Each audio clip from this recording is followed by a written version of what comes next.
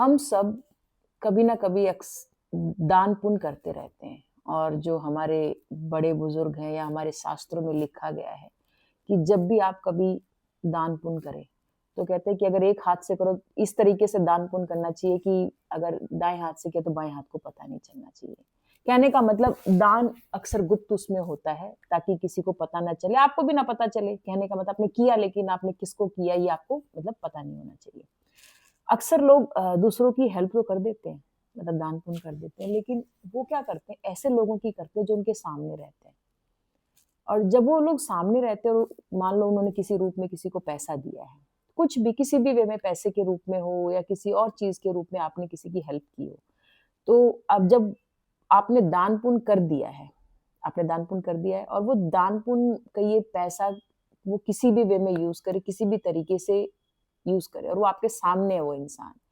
तो जब वो सामने उस पैसे का मिसयूज़ करता है या किसी और वे में यूज़ करता है जिस वे में वो करना चाहता है, तो हम सोचते हैं कि यार हमने इसको पैसे दिए, इसको कुछ अच्छे तरीके से इसे यूज़ करना चाहिए। हम उस इंसान पे ना उस चीज़ पैसे देने का या किसी भी जो चीज़ आप उनको प्रोवाइड करते हो उसका ना एक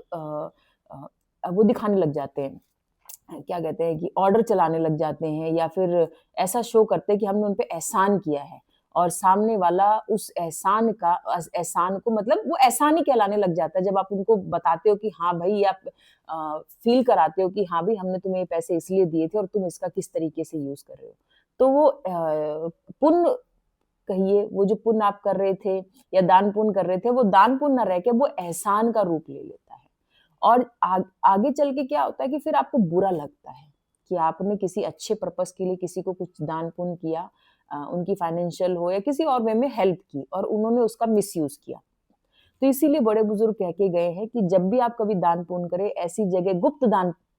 पुण्य करना चाहिए, मतलब दान देना चाहिए, ताकि ना तो आपको पता चले और ना ही लेने वाले को पता चले। और वो किस वे में उस जब आपने किसी चीज़ को दान ही कर दिया है, तो सामने वाला क्या करता है, आपका उससे कोई लेना-देना नहीं है। अपने मन में ये चीज़ दिमाग में जब भी कुछ भी किसी को दान पुण्य करते हो, तो ये रखिए कि ये जो धन है या कुछ भी चीज़ है, आपने समर्पित कर दी है। इसका सामने वाले जिसको भी ये चीज़ इसकी ज़रूरत होगी या इसको मिलती है, वो उसके साथ चाहे कुछ भी करे। आपका मेन चीज़ ये होना चाहिए कि आपने दान पुण्य कर दिया और आपके पता ना चले कि वो किसके पास है। अदरवाइज़ वो दान पुण्य नहीं कहलाता है। आप उसको दूसरे पे डोमिनेट करने लग जाते हैं और मिसबिहेव भी करना, फिर आप कहीं न कहीं एक तरीके से हर्ट हो जाते हैं और ये हर्टनेस जो होती है, आपको फ्यूचर में ऐसे स्टेप लेने से रोकती है। तो इसीलिए कहते हैं कि नेकी करो और दरिया में